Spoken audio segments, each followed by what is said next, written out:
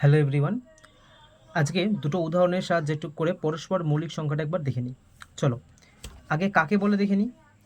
যদি দুটো সংখ্যার সাধারণ গুণনীয়ক শুধুমাত্র এক হয় তবে সেই সংখ্যা দুটোকে পরস্পর মৌলিক সংখ্যা বলে। আচ্ছা, সাধারণ গুণনীয়ক আমরা আগেই দেখেছি যে যেমন এখানে আমরা একটা উদাহরণ নিয়েছি 12 এবং 21, এই দুটো কি পরস্পর মৌলিক সংখ্যা? চলো দেখি। আগে আমরা কি করব, 12-র গুণনীয়ক বার করব। কে হয় 12-র গুণনীয়ক? 1 2 3 4 6 12। 21-এর গুণনীয়ক কে হয়? 1 2 3 7 21। অনেকে ভাগ করতে পারে একে। আচ্ছা, এবার এদের দুজনের সাধারণ গুণনীয়ক ছিল বার করি। সাধারণ গুণনীয়ক কে বেরোলো? 1 এবং 3। ওকে, 1 এবং 3। আচ্ছা, এবার পরস্পর মৌলিক সংখ্যার সংজ্ঞাতে কি বলা হয়েছিল? যদি দুটো সংখ্যার সাধারণ গুণনীয়ক শুধু 1 হয় তবেই ওই দুটো পরস্পর মৌলিক হবে। বাট এক্ষেত্রে কিন্তু সাধারণ গুণনীয়ক শুধুমাত্র 1 হয়নি, তার সঙ্গে একটা 3ও হয়েছে। ওই জন্য 12 এবং 21 এটা কিন্তু পরস্পর মৌলিক সংখ্যা হবে না। আচ্ছা, নেক্সট 24 আর 25, একটা উদাহরণ নিয়ে করি।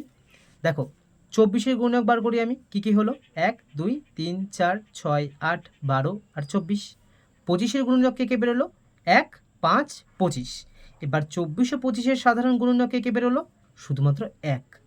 তাই কি দেখলাম?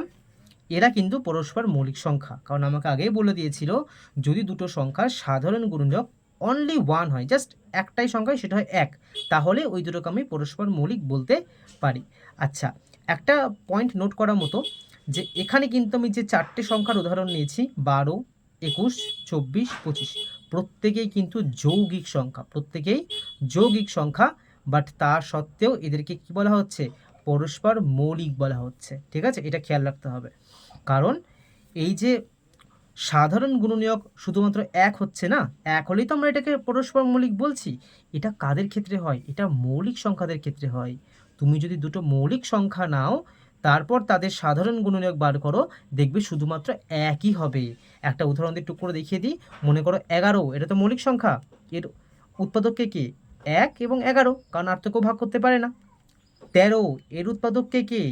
1 এবং 13, কারণ এ তো মৌলিক, আর কেউ ভাগ করতে পারে না। তো এই সমস্ত সংখ্যাদের মানে মৌলিক সংখ্যাদের সাধারণ গুণনীয়ক শুধুমাত্র একই হতে হবে, অন্য কেউ তো হবেই না। ঠিক আছে, তাহলে এই সিচুয়েশনটা, এই রকম বিষয়গুলো কাদের ক্ষেত্রে হয়?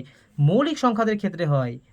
ঠিক আছে, কিন্তু এক্ষেত্রে আমরা কি দেখলাম? দুটো যৌগিক সংখ্যা, এদের অনেক অনেক গুণনীয়ক, তা সত্ত্বেও সাধারণ গুণনীয়ক শুধুমাত্র, এইটার ক্ষেত্রে সাধারণ গুণনীয়ক শুধুমাত্র একই হচ্ছে, আর কেউ হচ্ছে না।